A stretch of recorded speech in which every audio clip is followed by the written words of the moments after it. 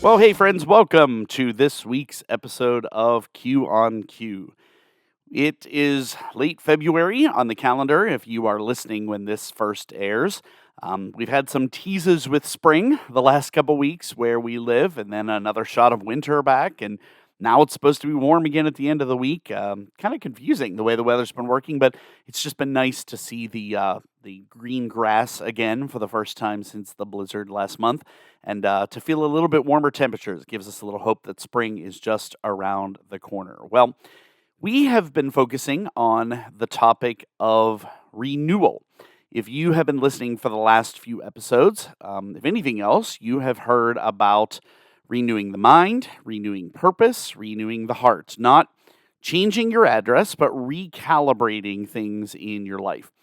Because before direction becomes clear, alignment has to happen. And we talked about how renewal is not a dramatic thing, it's something steady, something subtle, a slow returning of clarity where there was fog at one point. And when that clarity starts to settle in, I think there's a new question that quietly rises to the surface. And that question is this: Am I where I'm supposed to be? That question doesn't usually show up when everything feels great and seems like it's running on autopilot. It tends to surface when something feels a little bit off, or maybe when our energy has dipped, or maybe when our joy is starting to thin out, when showing up feels heavier than it used to be. You know what I'm talking about? And that's where this new series begins. Not with ambition, but with honesty. Our new series is called Right Place, Right Time. And this is going to be a series about your calling and where you are in life, about discernment, about knowing when to stay and when to move, about knowing how to recognize a nudge from God and how to tell the difference between divine direction and just plain being exhausted. Because there's a moment many of us hit quietly or dramatically when something inside us says, I just can't do this anymore. It might be with your job, or a ministry role, or a leadership position, or even sometimes we feel that in our families. I think in that moment, leaving seems the only logical thing to do. But there's a tension we have to sit with. Is this something that I really need to move forward with? Or am I just feeling this way because I'm just plain burned out? You know, if you've listened before, you have heard me share numerous times that I'm a teacher and I work with middle school students. And boy, some days it can be a breeze, but other days, actually many days, tend to be something that take every ounce of my energy or willpower and even my restraint. They can be stressful. And I think it's a reason why burnout in education is such a prevalent issue today. Burnout is powerful. It clouds perspective. It makes escape look like the right thing to do, almost like you're being obedient. And if we don't learn to recognize it, we can mistake depletion for direction. So before we talk about open doors and next steps and all those good things, we need to talk about something simpler and harder. So before we go any further, I want you to hear me when I say this. We can talk about sunshine and roses and how wonderful everything can be, but the fact is that all of us experience burnout at some point. Why? Because burnout is real. We are human. Burnout is not a calling. We too often mistake being burned out as a sign that we're ready for some drastic change in life, but most often that is not the case. The reality is that for most of us, it's really hard to tell the difference. Burnout doesn't just make you tired, it shifts the lens through which you see the world. Tasks that once felt manageable suddenly start to feel overwhelming, and decisions that once seemed very clear now almost feel impossible to make. Even the successes that should be bringing you satisfaction feel hollow or meaningless. And it really narrows your perspective, forcing you to focus only on what's urgent, while the long term vision seems to fade into the background. Emotionally, Burnout drains your affection for the things that you once loved. You might still perform your duties and go to work every day and do a bunch of activities that you did, but the joy is just not there. The spark that made relationships, projects, or responsibilities feel meaningful is dim. You begin to wonder if your calling was ever real, when in fact your heart is just temporarily exhausted. Spiritually, this can feel like a disconnect from God's guidance. The quiet inner whisper that once provided clarity can seem absent. Physically, burnout can show up in ways that further distort our judgment. Maybe our sleep is restless. Maybe our energy is scarce. Maybe even our focus and our appetite just aren't there. Our mind becomes more reactive and less reflective. And because exhaustion affects the whole self, heart, mind, and body, the message it sends can mimic urgency or divine prompting when they're really only signals of depletion. Burnout also changes how you interpret feedback and outcomes. None of us like criticism. Sometimes it's warranted, but in this case, criticism can feel catastrophic. Small mistakes can feel so monumental, and achievements, even though they can be significant, can really feel hollow or empty. Our mind starts filtering everything through a lens of scarcity rather than abundance, and it makes escape or big change seem like the only solution. This is why the urge to move or quit often feels so compelling, when in reality, it's just a reflection of depletion. Another subtle but dangerous effect of burnout is how it affects your interactions with others. Now, some of us have a lot of patience. As a middle school teacher, I sometimes need a lot of it. But patience can thin when we suddenly aren't experiencing that same amount of joy as we were before. Our empathy for other people just kind of goes to the side. You might find yourself being snappy or withdrawing from situations or disengaging from relationships that you normally valued. Spiritually, these moments can feel like failure, like you're lost. Your heart, your calling is just not there. When reality, this is just a signal to step back, to rest and restore. It's critical to recognize burnout for what it is. It's a temporary depletion of energy and perspective, not a reflection of your moral or spiritual worth. It's certainly not evidence that your calling is wrong. It's a physiological and emotional signal that you need some recalibration. Pausing and giving yourself grace doesn't mean you're quitting. It just means you're preparing to respond with clarity rather than reaction. Ultimately, I think understanding burnout allows us to distinguish between what's urgent and what's important. Maybe even distinguish between what's temporary and what's going to stick around for a while. It's the first step toward discernment, seeking whether the feeling of being done really is a call to move, or is it rather a call to rest? And it's in this pause that the heart, the mind, and the spirit start to reconnect, making space for true clarity to emerge. So, why does change feel like it's a relief rather than something new or stressful or burdensome itself? Well, when you're worn thin, change feels like oxygen.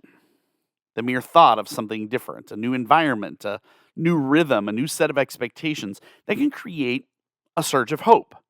Doesn't even have to be specific, just the idea of anything but this can feel like freedom. And in that emotional contrast, change begins to really glow.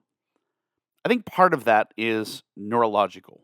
Well, that's not just something I think, it's actually been proven in studies that novelty stimulates energy. It interrupts monotony, it creates anticipation. Whether you've been carrying weight for a long time, anticipation can masquerade as clarity. The brain interprets different as better, even when the deeper issue hasn't been addressed.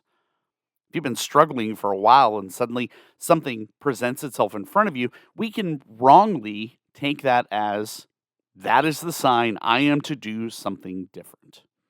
And spiritually, this is where things get complicated. Movement can feel like obedience. Action can feel like faith. And because we often associate calling with forward motion, we assume that stepping away must be stepping into something. But scripture shows us something quieter. Before major shifts, there were often seasons of waiting, praying, and strengthening. The steps we often overlook. Direction wasn't born out of agitation, but out of communion. Relief, however, is immediate.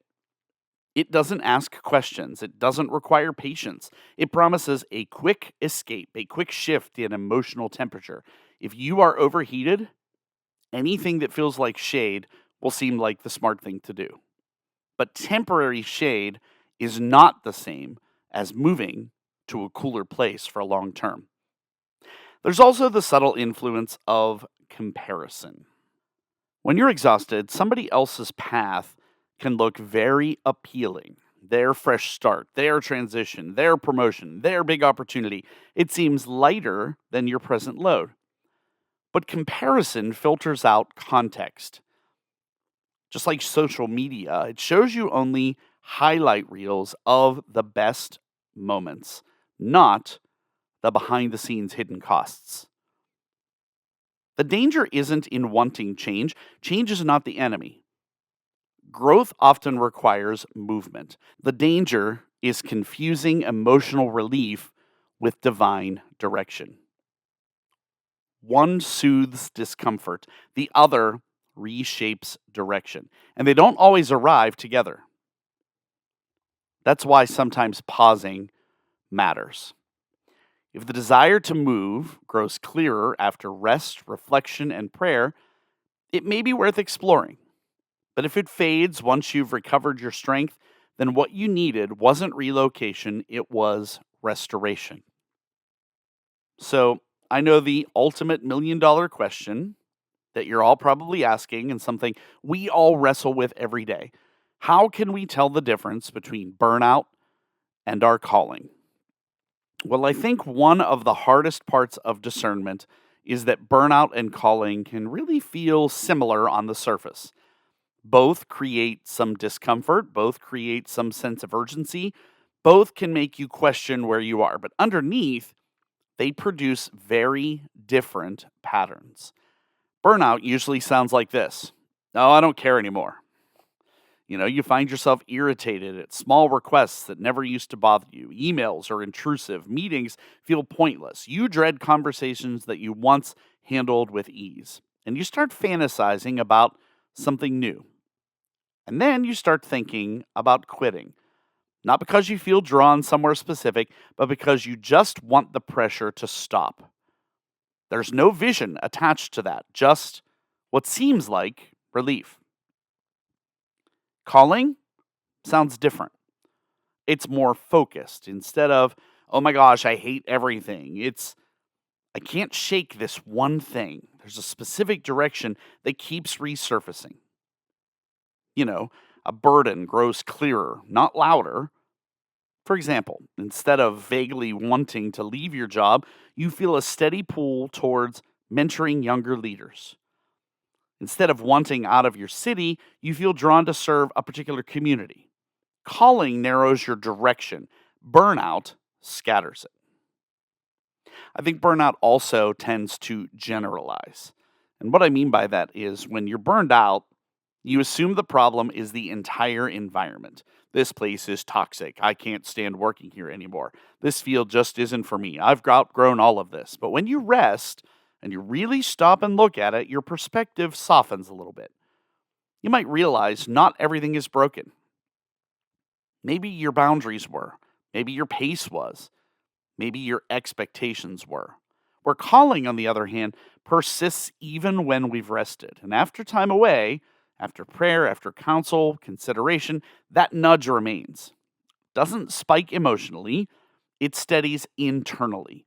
Less about escaping discomfort and more about stepping into responsibility. It carries both excitement and weight.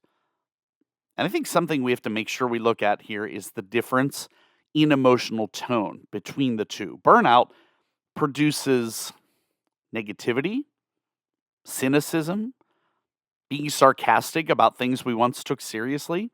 We disengage, we withdraw. But calling gives us a sense of humbleness, and there's a sense of gravity to it. Feels less intimidating. Here's a practical test. If you're sitting there wondering, okay, I've heard all these things, but how can I tell the difference? Well, burnout wants you to move away from something. Calling wants to move toward something. Burnout says, I just can't do this, when calling says, I think I'm meant to do that. One of those is driven by depletion, where the other is shaped by direction. The key isn't shaming yourself for feeling either one. It's learning to name them accurately. Because if you mislabel exhaustion as destiny, you may walk away from something you were meant to steward, when what you really needed was that time of restoration, not relocation. So when we find ourselves in this place, a place of burnout, wondering if some change is needed, questioning what's next, we're often tired. Well, there's a reason you often hear people say to wait to make rash decisions. The same reason you don't make the phone call or send the email when you're overly emotional. Fatigue works the same way. When you're deeply tired, physical, emotionally, spiritually, your judgment shifts.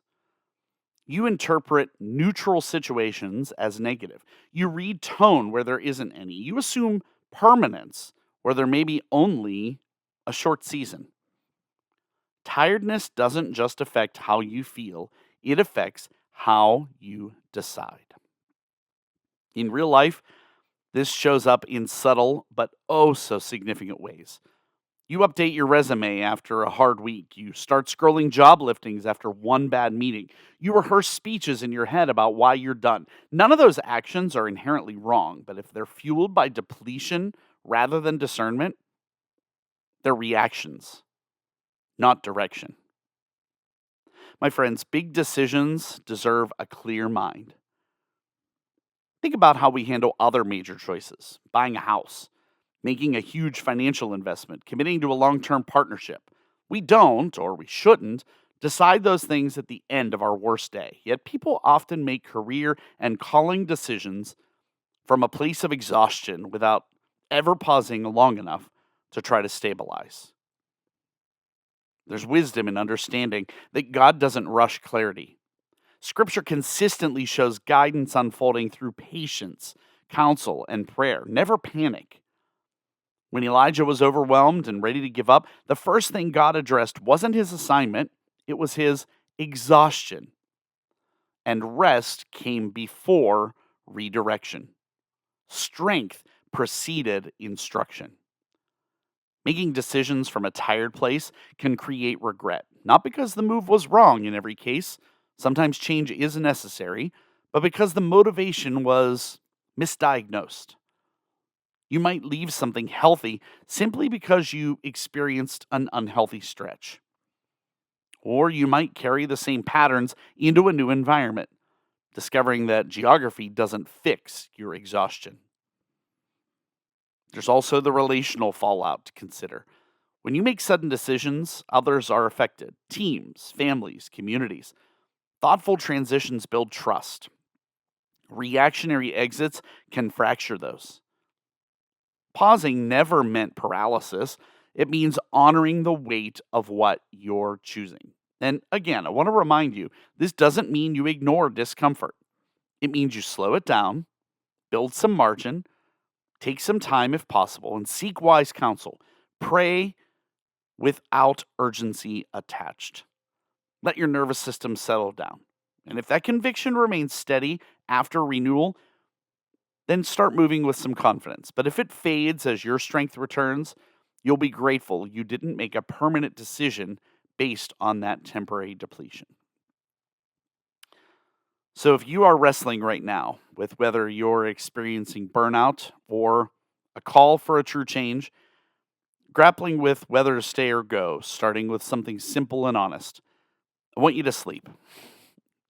I want you to protect it and guard it. And I know it's hard to hear me say to pause, but exhaustion magnifies everything.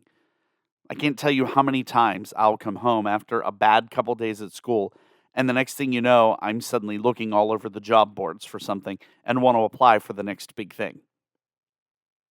Create some margin where you can, even small pockets. A day off without productivity attached, a walk without listening to music or a podcast, a drive without a plan. Sometimes silence reveals things that urgency hides. And then next, I want you to write it down. Not a resignation letter, just your thoughts. What exactly feels heavy? Be specific. Is it the workload? Is it a lack of appreciation? Is it misalignment with your values? Is it unclear expectations? Naming the weight often shrinks it to its true size. Because vague frustration feels enormous, where defined frustration can become manageable. You know the phrase, the grass isn't always greener on the other side? Sometimes it's something for us to consider here. We need to invite wise counsel, not a committee, one or two grounded people who know you well, not just people who will affirm your frustration. Ask them what they see. Are you depleted? Are you changing? Have they noticed a shift in you? Sometimes others can distinguish burnout from calling more clearly than we can.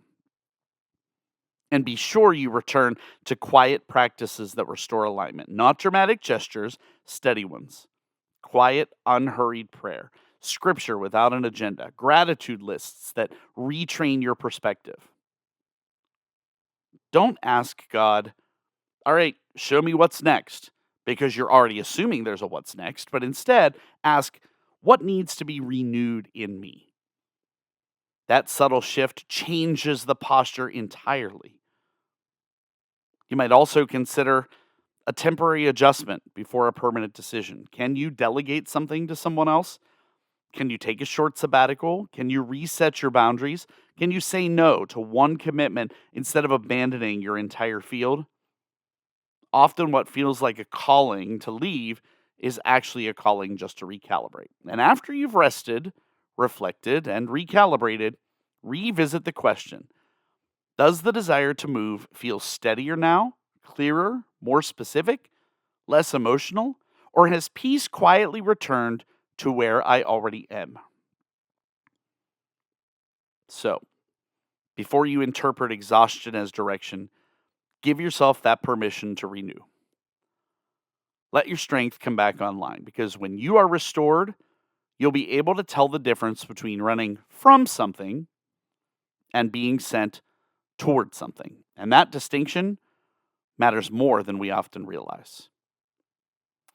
Well, as we head to the finish line for this week, here's where we need to be careful. Not all restlessness is burnout. Sometimes the discomfort doesn't fade with one night's sleep or soften with that margin, or maybe not even quiet down after a prayer. Instead, it sharpens, it clarifies, it grows more specific. And what once felt like irritation starts to feel like responsibility. Next time, we're going to talk about restlessness, the kind that doesn't scream escape, but quiet whispers. You know, that dissatisfaction that isn't rooted in exhaustion, but rooted in awakening. You can be fully rested and still unsettled. And if you take the time and you are fully restored and sensing that faithfulness is about to look different, maybe it's not burnout after all. That might be holy discontent, whispering to you, it's time. That is where we are headed next time, my friends. Thank you for tuning in. That is all for this week's episode of Q on Q. As always, I really do appreciate you tuning in, and we will see you back here next time when we'll have more for you on Q.